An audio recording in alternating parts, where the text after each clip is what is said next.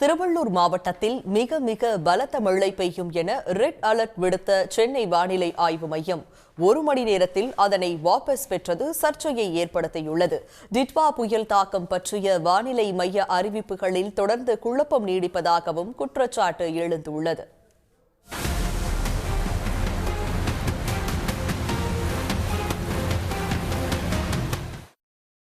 டிட்வா புயல் உருவானது முதலே அதன் நகர்வு மற்றும் மழை அறிவிப்புகள் குறித்த வானிலை மையத்தின் அறிவிப்புகள் துல்லியமின்றி இருப்பதாக விமர்சனங்கள் எழுந்துள்ளன.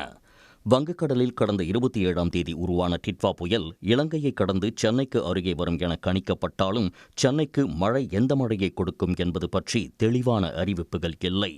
நவம்பர் 29ஆம் தேதி விடுத்த அறிவிப்பில் டிசம்பர் 1ஆம் தேதி திருவள்ளூரில் மட்டுமே கனமழை என தெரிவிக்கப்பட்ட நிலையில் சென்னை, காஞ்சிபுரம், செங்கல்பட்டு உள்ளிட்ட மாவட்டங்களில் மழைக்கான எந்த அறிவிப்பும் வெளியிடப்படவில்லை. நவம்பர் 30ஆம் தேதி வெளியிட்ட வரைபடத்திலும் இதே தகவலை வானிலை மையம் உறுதி செய்தது. ஆனால் அதன் பிறகு டிசம்பர் 1ஆம் தேதி சென்னையில் மிக கனமழை பெய்யும் என அறிவிக்கப்பட்டது.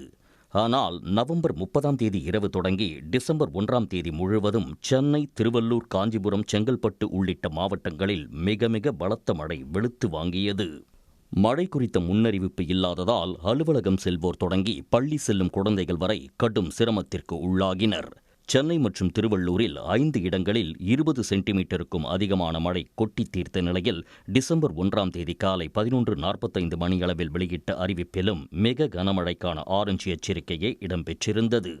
ஆனால் மாலை 4 மணியளவில்தான் அன்றைய தினத்திற்கான ரெட் அலர்ட் எச்சரிக்கையை வானிலை மையம் விடுத்தது. அந்த அறிவிப்பில் டிசம்பர் 2ஆம் தேதி சென்னை, செங்கல்பட்டு, காஞ்சிபுரம், திருவள்ளூர் மாவட்டங்களுக்கு கனமழைக்கான மஞ்சள் எச்சரிக்கை விடுக்கப்பட்டது.